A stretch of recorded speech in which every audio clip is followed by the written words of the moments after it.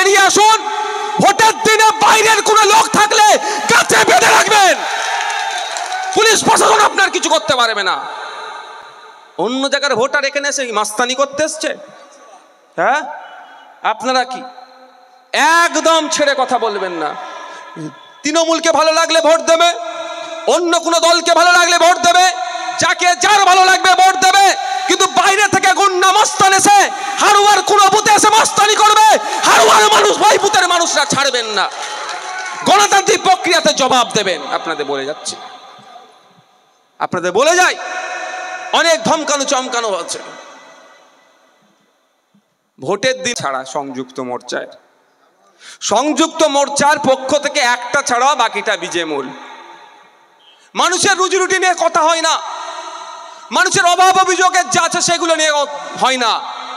শুধুমাত্র মিডিয়ায় টিকে থাকার জন্য, মিডিয়ার বাইনারি ঠিকঠাক করার জন্য একে অপরের বিরোধিতা করছে।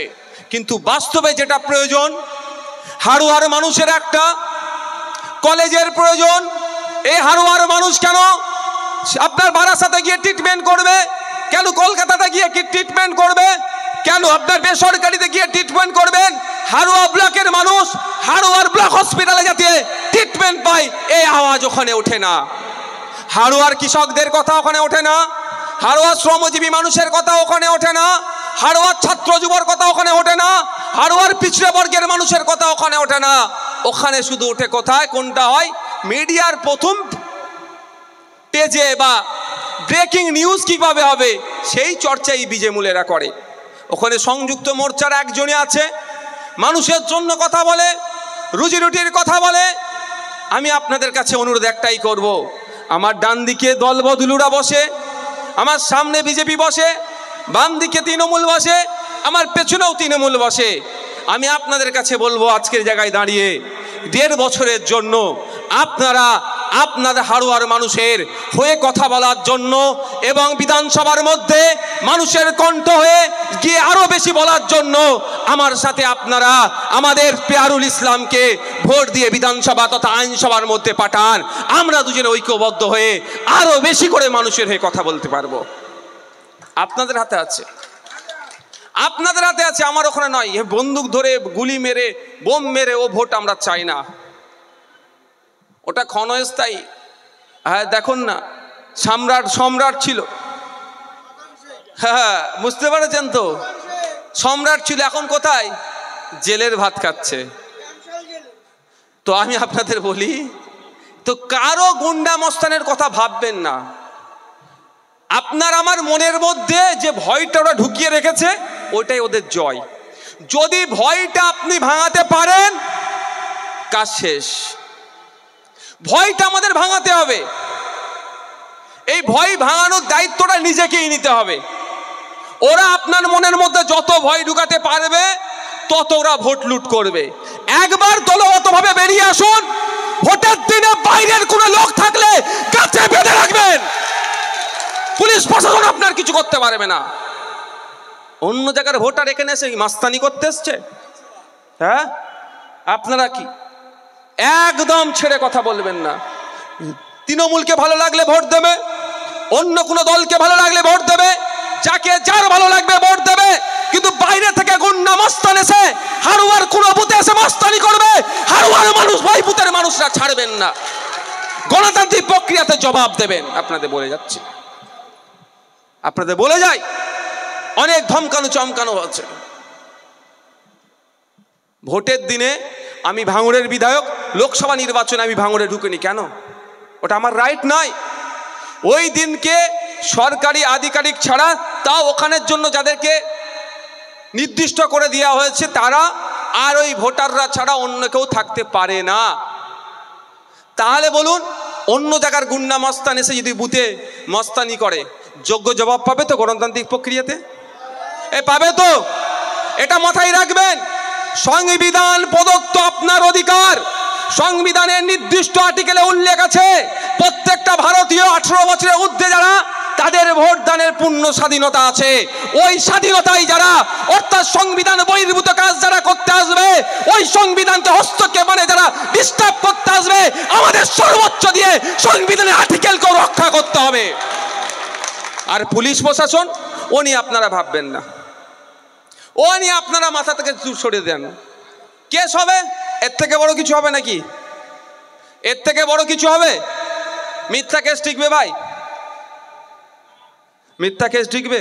আমাদের নিরাপদ বাবু কোথায় গেল? কতদিন জেল খেটে এলো? কদিন আগে কতদিন আপনাকে ছিলেন? 19 দিন জেলে। আমাদের আয়েশা বিবি, আচ্ছা নিশ্চয়ই গেছে একটু, ওনাকেও বেশ কদিন। আমাদের জুবিদিকে, আমাদের আহমদ সাহেব কোথায়? এই তো আহমদ খান সাহেব, আর সর্বোপরি আমি আছি তো মেন ভিলেন। কিছু করতে পেরেছে? মিথ্যা কেসে আটকে রাখতে পারবে না, একটু নাটক করবে। তবে একটা কথা আপনাদের বলে যাই, আমরা ছাড়ার ছেলে নয়। আহমদ খান সাহেবকে মিথ্যা কেসে মামলা করেছিল, অ্যাডভোকেট লাগিয়ে জামিন হয়েছে। নিরাপদ বাবুকে মামলা করেছিল মিথ্যা কেসে, জামিন হয়েছে। আমাদের এখানে আয়েশা বিবি আছে, আমি আছি। এই কেস কিন্তু শেষ হবে, হবে তো নাকি? তখন কি করব আমরা? আজকে যে সমস্ত আয়োরা মিথ্যা মামলা দিচ্ছেন, আপনাকে অনেক বলছে ওপর তলার চাপ আছে। আমি ওপর তলা নিচের তলা কাউকে দেখতে পাবো না, যে আয়োর নাম আছে তাকে আমি দেখি। এটা মাথায় রাখবেন। আমি তো খালাস হব সম্মানের সাথে। নওশাদ সিদ্দিকী, আহমদ আলী খান সাহেব, নিরাপদ সর্দার সাহেব, আয়েশা বিবিরা কি হবে? জামিন তো নয়, সমস্ত কেস থেকে খালাস পাবে। তারপরে কি করবে এরা? মানহানি মামলা দেওয়া হবে। আপনারা বলতে পারেন তাহলে এখন মানহানি মামলা দিচ্ছেন না কেন? সেটা একটা প্রসিডিওর আছে। যখন একটা মামলা চলবে তখন মানহানি মামলা দেওয়া যায় না। তাহলে কেসে নিয়ে আপনারা ভয় খাবেন না। ও কেস হবে ঠান্ডার সময়, এখন নয়। আমি বলি ঠান্ডার সময় হলে পুলিশকে বলবেন দাঁড়ান একটু কম্বলটা নিই, কারণ জেলের মধ্যে যে কম্বল দেয়, ও রেলের কম্বল বলছে 3 মাসে 1 মাসে 2-3 বার ধোই। তাহলে জেলের কম্বল কী হবে বুঝতে পেরেছেন তো? ওই তো ওই কী বলে ওটাকে, কম্বল কাঁথাতে থাকে, ছাড় পোকা থাকতে পারে, কামড়লে ক্ষতি হয়ে যাবে, স্বাস্থ্যের ক্ষতি হবে। শীতকাল হলে কোনো অফিসার অ্যারেস্ট করতে এলে বলবেন সাহেব একটু দাঁড়ান, আমি কম্বলটা নিয়ে নিই।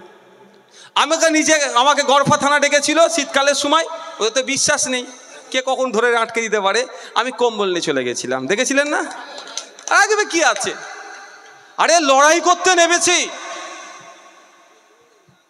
লড়াই করতে নেমেছি, পেছনে তাকালে হবে না। লড়াইটা কেন করতে নেমেছি? ব্যক্তি স্বার্থ চরিতার্থের জন্য নয়। লড়াইটা করতে নেমেছি সমাজ ব্যবস্থাকে পরিবর্তন করতে। তাদের দেখে আমরা লড়াই করতে নেমেছি।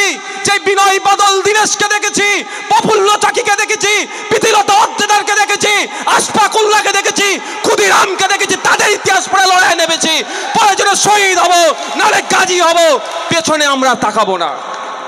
তাই বন্ধুগণ, আপনাদের বলবো, অনেক লোভ লালসা দেখাতে পারে, ভোটের রাতে 500-1000 টাকা দিতে পারে, বিরিয়ানির প্যাকেট দিতে পারে, ছাড়বেন না, ওটাও ছাড়বেন না।